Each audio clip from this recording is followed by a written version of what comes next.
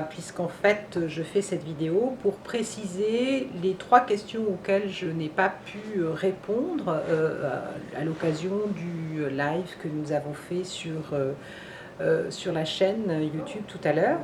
Donc en fait, première question sur les saisonniers et l'activité partielle.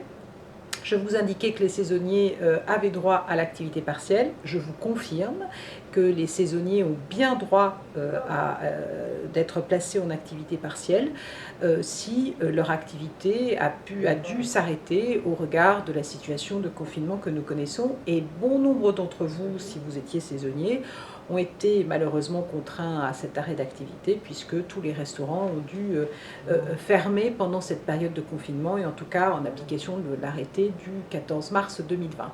Il y a de très nombreux salariés saisonniers à qui se sont vus proposer de signer une rupture conventionnelle à des montants pas très importants, etc. Sachez que si vous étiez saisonnier et qu'on vous a dit votre contrat s'arrête parce que nous avons été confrontés à une situation de force majeure, c'est totalement illégal et votre employeur aurait dû jusqu'au terme de votre contrat vous placer en activité partielle puisque vous êtes éligible à cela. Donc si vous n'avez pas été payé, réclamez le montant du salaire auquel vous auriez pu prétendre en application de ce contrat. Deuxième question, deuxième point précis sur lequel je n'ai pas su répondre sur le live, c'était la question de « je suis en activité partielle, est-ce que je suis néanmoins éligible au ticket restaurant ?» Alors la réponse est absolument pas, c'est-à-dire que votre employeur n'a aucune obligation de vous octroyer des tickets restaurants, de vous faire bénéficier des tickets restaurants pendant les jours au cours desquels vous êtes en situation d'activité partielle. Ça ne veut pas dire qu'il ne peut pas le faire, mais ça veut dire qu'il n'a pas l'obligation de le faire. Et puis, le troisième point sur lequel je voulais revenir, c'est la question des congés. Alors, je vous confirme ce que j'ai appris pendant notre live, puisqu'en fait je l'ignorais. Dans la métallurgie, un accord de branche a été conclu le 3 avril 2020. Alors cet accord de branche, vous allez le trouver sur mon site. Et cet accord de branche, d'abord il faut retenir une chose, c'est qu'il ne s'applique que si dans les entreprises relevant de la métallurgie, il y a eu, pour celles qui doivent envisager des négociations, donc il y a eu l'ouverture de négociations.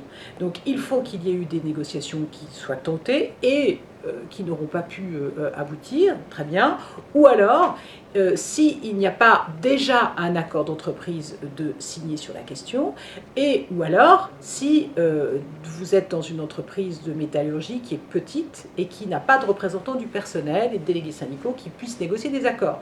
Donc s'il n'y a pas de représentants du personnel parce que vous êtes dans une TPE, eh bien l'accord de branche trouvera à s'appliquer.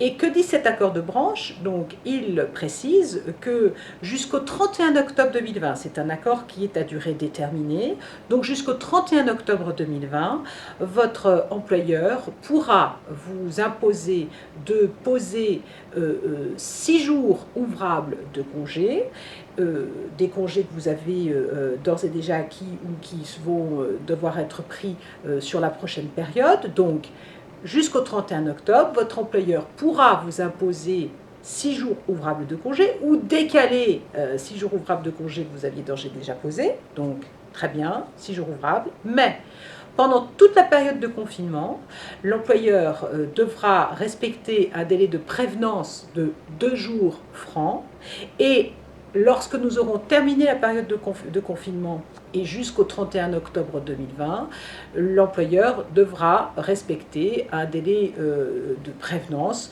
de 5 jours. Très bien, ok, alors que l'ordonnance prévoit seulement 1 jour franc.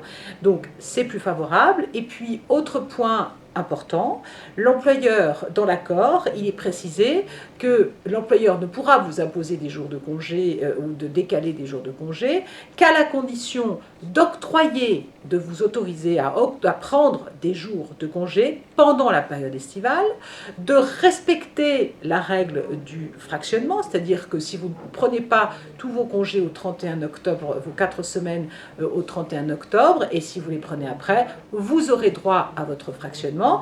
Et puis, troisième garantie maintenue, eh bien, votre employeur devra vous autoriser à partir de manière simultanée en congé avec votre conjoint, avec votre partenaire de Pacs, alors que, sachez-le, dans l'ordonnance du 25 mars 2020, eh bien, l'employeur était autorisé à ne plus octroyer des congés de manière simultanée aux conjoints relevant de la même entreprise ou aux partenaires de Pacs. Donc là, l'accord de la métallurgie est plus favorable sur ces différents points.